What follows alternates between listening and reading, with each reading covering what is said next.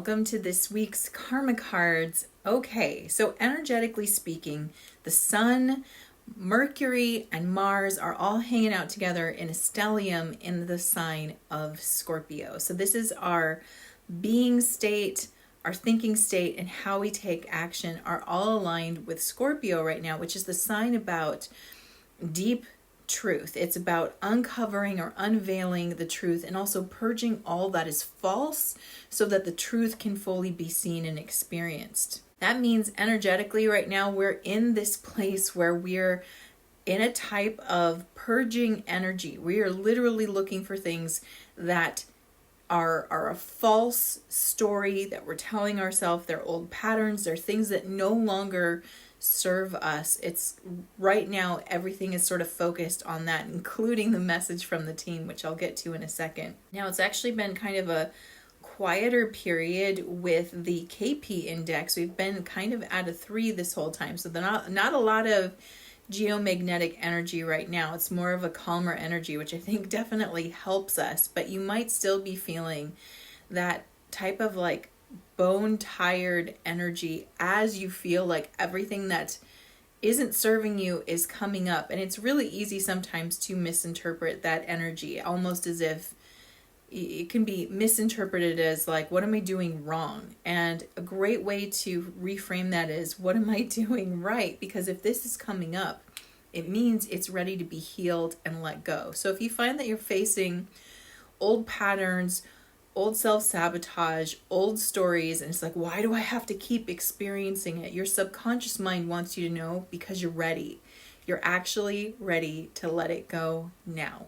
And what a perfect time to start letting it go, right? We're getting close to the end of the year. We only have November and December left before we move into 2024. And in fact, in the Epic Year Workshop, one of the things that we talk about is we review 2023, look at it and see like, what did I learn and what can I let go now? Like, what am I ready to not bring into the year 2024? So something to think about right now is that's kind of where we are in our mental action and just being state right now, is doing this work. So it's a great time to do it. And if you want help doing it, or you don't want to do it alone, or you want to do it while you're creating intentions for the year 2024, now is the time to join the Epic Year Workshop, because there is an early bird special. There's $100 off if you join before November 5th.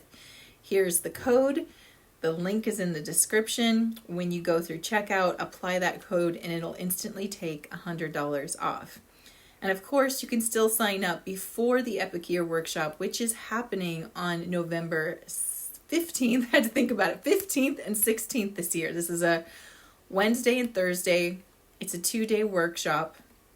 Inside it, we go through everything. We go through finding out where your personal energy vibration is, where your progressed chart is taking you right now, your astrology and your numerology, as well as, reassessing, looking back on the year, looking at the patterns that showed up and how we can let them go so that we can build a very intentional new year that's rapidly approaching. This year I can't believe it's November, actually. I'm having sort of like one of those moments where I'm like, how did we get here? It was just March. But here we are. So if you'd like to join me, here is the link. You can go to that in the description below. And don't forget to apply that code so you can get $100 off at checkout. So now I want to go into the message from the team, which is very much about let it go, right? They've been talking about this. Like, we're in a period of time where, again, the frequency continues to increase. We are moving into higher densities of consciousness. We're always moving just a little bit incrementally deeper and deeper through 4th density. We're heading towards 5th density. And they want us to know that these lower vibrational attachments, these old patterns, they cannot come with you. It's not only that they don't serve you, it's that they keep you linked to lower densities. They keep you linked to lower 3rd and lower 4th density. We don't need to have them. They're really not in service to us. So they want us to recognize that this really is the perfect opportunity to let it go, because it simply cannot come with you. It's like, they always show me the metaphor of like climbing Everest. And even though I've never climbed Everest, they explained to me that when you're climbing a peak like that, you create base camps. And so you'll have a base camp at the bottom, or you'll have some gear, and you'll have to leave something behind as you ascend. And every time you get to a new camp, you take a break, you unpack a little, and you take less and less, so that by the time you're near the peak, you're really just taking only very minimum essentials. You really can't take everything else. Everything else has to be left at the base camp. And moving up in ascension, moving up through energy, we really have to do a similar thing when we're talking about our frequency. We have to unpack and leave certain things behind, which means we have to assess what we're carrying and determine whether or not what we're carrying right now is helpful or useful. Will it take us ahead? Is this helping me move forward in my life, or is it keeping me stuck or weighed down? And that includes, they want us to know, that includes past lives and even some aspects of our soul contract. For example, you might have an aspect in your soul contract that says that you're here to learn detachment. And so you will be given opportunities or put through situations where the only way to feel comfortable or feel like you can move forward is to practice detachment. And you might feel, if you had that in your contract, like I've done a lot, I've had to let go of a lot in my life, and I feel like if I let go of any more, what do I have, right? And so if you feel that working with detachment has already served its purpose, you've already learned from it, you already understand how to do it, then you can resolve that in your contract. You can make that statement that I am resolved when it comes to detachment in my contract, or I'm resolved when it comes to learning about dealing with betrayal, or I'm resolved when it comes to having power struggles with others, right? I'm resolving this. I accept and acknowledge all the lessons and learnings from this part of my contract, and I call it resolved, null and void. I void it from my contract now. So these are things that we can practice, and we can also let go of some of the past life stuff, which I find really interesting, because even though I definitely believe in past lives, and I do work like quantum healing hypnosis, which I know that we're holding past lives, we have that in our subconscious mind. Everything we've done has been filed. I have met with some people who really feel like I'm really working on this thing from a past life. I was, something happened to me where I either I didn't behave in a way I liked, or something bad happened to me, and so therefore I'm here to resolve it. I honestly think that we're tasked maybe with soul retrieval, meaning if I left a piece of my soul here, for example, because we fragment, and if you want to learn more about that, you can listen to the first episode of the Modern Mystic Soul podcast, really goes into that. We do fragment, we do attach, and therefore fragment sometimes, or we feel fragmented or over compartmentalized, and we can leave aspects of our soul here that we've come to retrieve. And so there is a connection to the time I left it, and I'm coming back to get it. But I find that sometimes people think that they have to bring that baggage. It's like, for example, if you were told that you were a dictator in a past life, those choices made by your soul at that point in time are no longer the choices that you're making now. It's a different life. And yet I see some people who would get really attached to that and be like, I have to, I can't step into my power because last time I stepped into my power, I went crazy and I tried to take over the world, right? It's like, okay, that may have happened in that past life, but for it to come up and be shown to you, it wasn't because, be careful, you can't be in your power. It was because it was trying to show you that you were learning the lessons of power, right? What is enough power? What is too much power? What does it look like when power gets out of control? You can look at that life and say, okay, I've learned the lessons of power. And I do think that we wrap it up on the other side when we pass through this life. We'll wrap it up. We'll do a summary. We'll watch our life. We'll make assessments, and it'll help inform our choices for our next life. So we don't need to carry the weight of old choices that you didn't even make this time. You don't have to carry that weight. You can let that go. And I see some people sometimes, as they're learning about themselves and they're learning about their energetic signature, that they really kind of reactivate lessons that are done. And so the team wants you to know that as well. You don't have to reactivate it. Just because you've heard about it, just because you've learned about it, doesn't mean you need to carry the burden of it in this lifetime. And so there's a lot of different ways that we can unbind ourselves from the heaviness and the patterns that create a sense of weight or burden in our life now. We're not meant to take it with us. And so you're in a period of time where a lot of this stuff comes up for us to review it, to look at it, and to let it go. So if you find that you're noticing your patterns more, if you find that you're seeing the stories you tell yourself, the false beliefs, have heart and know they're not coming up because you've done something to activate them or you have to remember this. They're coming up because your subconscious mind is like, guess what? You're ready. You've got all the tools, you're in the right headspace, and you can actually resolve this.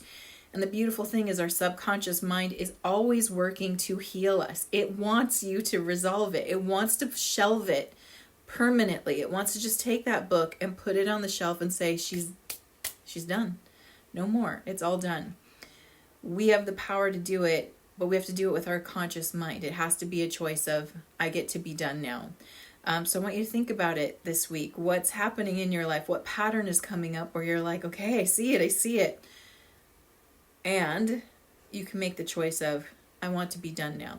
I've learned the lesson. I will remain conscious of those learnings, and I'm going to let it go. Now, let's see what the karma cards have to add to that message this week. If you're new to karma cards, let me quickly show you how these work. I have 3 decks here: planets, signs of the zodiac, and the houses of astrology. And I've already asked my team, what is the message you have for us this week? And I have got 2 sets of answers, a set in red, which are action related, and a set in blue, which are outcome related. And the way that you play is you tune in with that beautiful intuition of yours and feel, what is the message you need this week? Are you looking for action related guidance or outcomes? And you can always choose both. And while you're choosing, the timing for this reading is November 2nd through November 8th. And the flavor of this reading: we've got Venus, planet of love, beauty, art, abundance. This is always a good one to see. So there's definitely like this warm, loving energy that is asking us to activate in the sign of Pisces, which directly connects to the subconscious mind. So it's letting you know messages are coming through from your deeper self. In the 5th house, the 5th house of creativity, I call it the fun house. It's ruled by Leo. It's where creativity, love, passion, excitement, children, all of this are hanging out in here. All right, if you're looking for action, your spiritual action at this time is cherish your dreams with the trust of a child. So interestingly enough, the dreams part, this always has like a double meaning. It can mean like what you want for like what you're dreaming for in your life. But I'm also getting this time like it's the dreams, which is the language of the subconscious mind. It's how your subconscious is speaking to you directly. So it's letting you know, I feel like that's the one it's really activating right now, is cherish the messages coming from your subconscious mind and trust them just like a child would. Children take their dreams very seriously, right? It means something to them. We got to get back to that state. It's like a lot of times people are like, I don't even know what that means. And they kind of overlook it, or they think, oh, it's just a brain dump. It's just a stress dream. It's just this or that. There's so much more that goes on in our dream state. And right at this time, with the messages that are coming through, they're letting you know, like, this is the entanglement. This is where you're missing something, or you've missed the message here, or you misunderstood what I'm trying to communicate to you. So again, it's get in there, pay attention to your dreams. If you can journal them, that's fantastic. I highly recommend it. I'm terrible at it myself. Like I'm too groggy in the morning, but you can also record your dreams. I do try, if it's something that's really potent coming up, then I will talk about it. That's what helps me. If I talk about it, I've locked it in and I can remember it. So pay attention to your dreams and trust what they're trying to tell you at this time. And if you need help interpreting them, that's one of the things that I love to do. And I think I have videos on this channel that even can help guide you through that. Mental action at this time. Enjoy your idealization of fun, romance, and making art. So the counterbalance to all of this purging and digging and seeing the truth is, once you see that, once you let it go, you need to balance that with something that's purely enjoyable for you, something that you really enjoy, that makes you feel filled up. So you want to fill up your cup, and it's, it's like if you want to go to for a walk, if you want to snuggle and watch a movie, if you want to break out a coloring book and some, colored pencils or something, these are the things that we do. You need to balance it out, because Scorpio energy works with Pluto and Mars, but predominantly right now Pluto. And that energy it's tough. It's unforgiving in its pursuit to get to the truth, right? And that's sort of Scorpio too. It's like I will cut through anything I need to get to the truth of the matter, the heart of the matter, because that's where true healing and true information lies, and that's what that energy wants. But that's intense energy, so you need to counter it with something that feels nurturing and fun and enjoyable while you're trying to release these heavier patterns. So they're asking you to maintain a balance by, if you allow yourself to do some healing work, take a break. Like, don't, the energy right now is like dig, dig, dig, because the way the planetary placements are, it's holding still. So it's like, even when you've done some digging, you might feel like you should do some more. Pace yourself, balance it out, like go a little bit in and then come out. If we're only focusing on what has to go, then we're not paying attention to what's staying and what's nourishing. So you really want to balance it out. You do a little dig and then you enjoy, and then you go back and dig a little more, and then you go back to enjoyment. All right, so physical action at this time. Charm, art, and beauty are the only way to be part of something overwhelming and do it dramatically. And the word that's coming up in my head is finesse. Like, they're asking us to have a sense of finesse about this. I think that sometimes healing can feel heavy and almost stodgy and really serious. Like, I gotta release myself from these toxic patterns. It's like, okay, that's true. And I can bring creativity to this. So like, one of the ways your subconscious mind can talk to you is through art. I love hearing from my subconscious mind through that way, or journaling, or music, right? What music are you, what's the messages that are coming through music? There's so many ways to get into the healing where you're not going into these deep, painful places where it feels like, I'm like ripping myself open just to release all this, heaviness or this old pattern. It's more like, how can I creatively approach this? How can I shift this while I'm healing it? How can I have a more pleasant experience while I create this dramatic transformation in myself? And Pluto and Scorpio rule transformation. The whole point of the purge is so that the phoenix can come out of the ashes, right? So it's like, let go of these heavy things, burn them off, so that like the new, version, the next version, the lighter version of you can come forward. And what they're saying right now is, be like the phoenix. Actually, it's like the phoenix is dramatic, right? It's like it sets itself on fire and it bursts into flames, and from the flames it rises again. So there's something about a phoenix that very much suits what this reading is like. It very much has that Leo energy of like drama, like I'm here and I'm doing it in this grand way. And so I think we can have fun with our healing process. We can have fun with what has to let go and purge and be like, see ya, like love ya, learned from ya, bye. Like there's some levity and lightness that can be brought to it. So even though we feel like we're going through a very stodgy period, the counterbalance or the remedy to a heavy period is levity, right? The remedy is levity.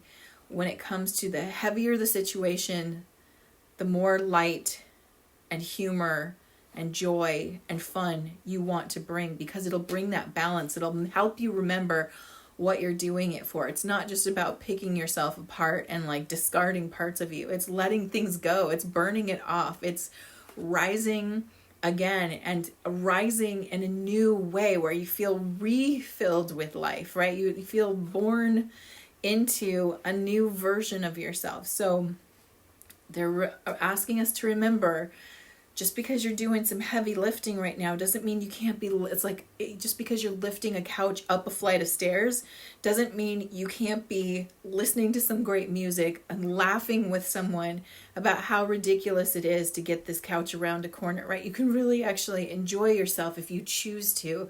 And they're letting you know that's the best path forward right now. There's a lot of joy to be had during a deep period.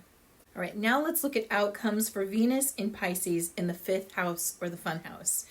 The spiritual outcome at this time is the attraction of spirituality to ultimately experience the power of love. One of the things I remember always being kind of surprised by when I was younger, when dealing with spirit, was how funny the other side is, like what the sense of humor that the universe has. And I don't just mean like an ironic sense of humor, like at your cost. I mean truly funny. Like they're hilarious, and it's like they're us, right? So the non-physical, our support team, our greater energy, it's imbued with the humor and joy that you have. And a lot of times, again, there's this idea that spirituality or deep digging is somber and serious. And what this is letting us know is that there's actually, and spiritual energy can also be very light and bubbly and giggly. You know, it's like all these, there's so many great memes that are going around right now about how people are talking about their spiritual experience. And it's like, you know, that's inspired by source, by the universe as you look at it, because you're looking at something where you're watching Michael Scott go, "No, God, no!" And it's like you have to go back to Earth, you know, after this incarnation. And he's like, "No, God, no!" And you're looking at it and you're laughing because you're like, that's exactly how I would feel. And that's like the universe is like, I know, that's how I feel when we go through this again and again. And so when you recognize that there is this amazing... The spiritual energy is not separate from who you are. It's an extension of who you are. And it comes with everything that you've got. And so all the light, all the joy, all the silliness, all the seriousness, all the determination, all the surrender, everything that you're holding it's just amplified by this spiritual energy. And it's like when we make contact with that and we stop seeing it as something that we have to attain, but rather seeing it as something that we are, and that we're just bringing more of us into our life. It's so revitalizing, and you really like fall in love. You fall in love with yourself. You fall in love with the energy around you. You fall in love more with other people because you just realize, like, when you embrace all aspects of your spiritual self, you're seeing the oneness. You're like, oh my gosh, this is not so far away. This is simply who I am, and just more of it is coming through. And so I feel like this message talks about this. It's like this, you know, like I can enjoy this and heal at the same time. I can do deep digging work and have a good laugh at the same time. Like that's a big revelation for some people. And I know, like, just even talking about it right now, I feel a lot lighter, considering the fact that, you know, we could have fun while going through this. Mental outcome at this time: pleasure from trusting your psychic knowledge of investments, gambles, and other games. So again, I got another like The Office reference coming in, but you know, for those who watch The Office or are fans, you guys will understand this. One of my favorite episodes is the murder dinner party scene that they do. So just to like recap really quick, their company is about to go under, or they're not sure it's going to go under, and so all the employees are really nervous. And to counter all of that, Michael Scott brings out a bullets and bourbon dress-up game. You know, those dinner party, like murder mystery games where everybody has a character and you have to figure out who the murderer is. And he brings that out. And that just reminds me of, like, again, it's a hard period of time that they're going through, but they're getting through it by bringing games and joy and light in. And it's a risk, right? So risk and games work together. I mean, in games, there's an element of risk, but so is risk is also available when you put yourself out there, or when you're trying something that you're not sure about, or when you're opening your heart and making yourself more vulnerable. Risk is present, and they want you to know, like, there's a lot of pleasure that comes at it from this time when you're like, yeah, what if I made a game about this? What if I made a game about, like, every time I see a story, I'm telling myself, you know, I have to stop and I have to moonwalk or something. I have to, like, break the, you know, it's called pattern disruption. So it's like every time I catch myself in the middle of the story, I'm like, stop. And I'm like, ooh, like, as a pattern disrupt, right? Just to get yourself, one, to not take it so seriously, like, oh my God, I'm in that pattern again.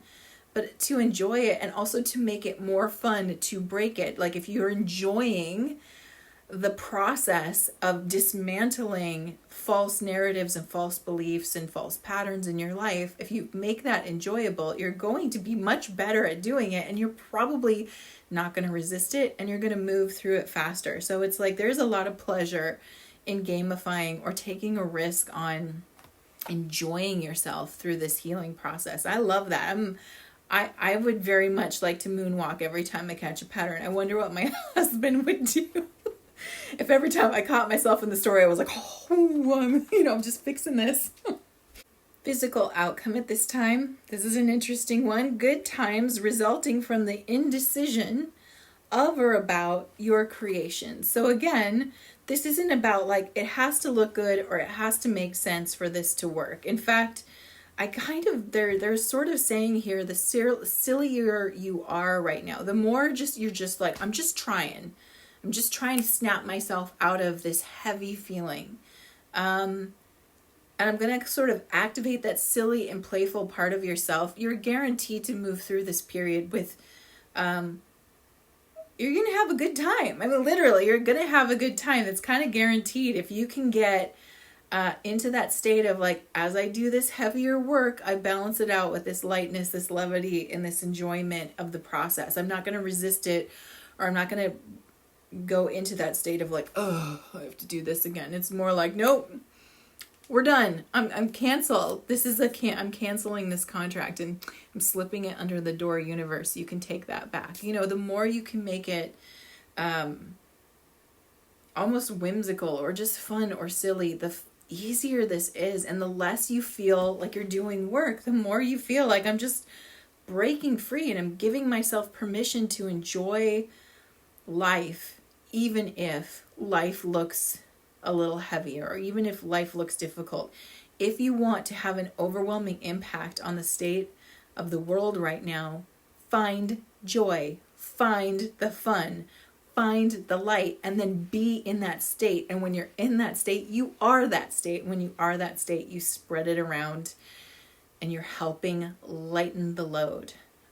So just know that just because, periods of time can be heavy or uncertain or really disappointing doesn't mean that we can't also find the joy and that it doesn't exist. It does, but we tend to be the one that creates it. So you're like, I don't know if I'm doing it or not. So there's an indecision or an indifference, or you might be like, this is stupid, but I'm gonna try it, because why not? Like, I'd rather be silly and see if I can move through this faster than get really serious and hang out here for a while. So it's worth trying, but I don't know if it's going to work. And in the process of experimenting with it, you actually find that you really enjoy it, and you might actually find a new way to help yourself adapt so that you can move forward with a lot of ease and grace and a lot of joy in your heart, which you'll be able to help spread to other people.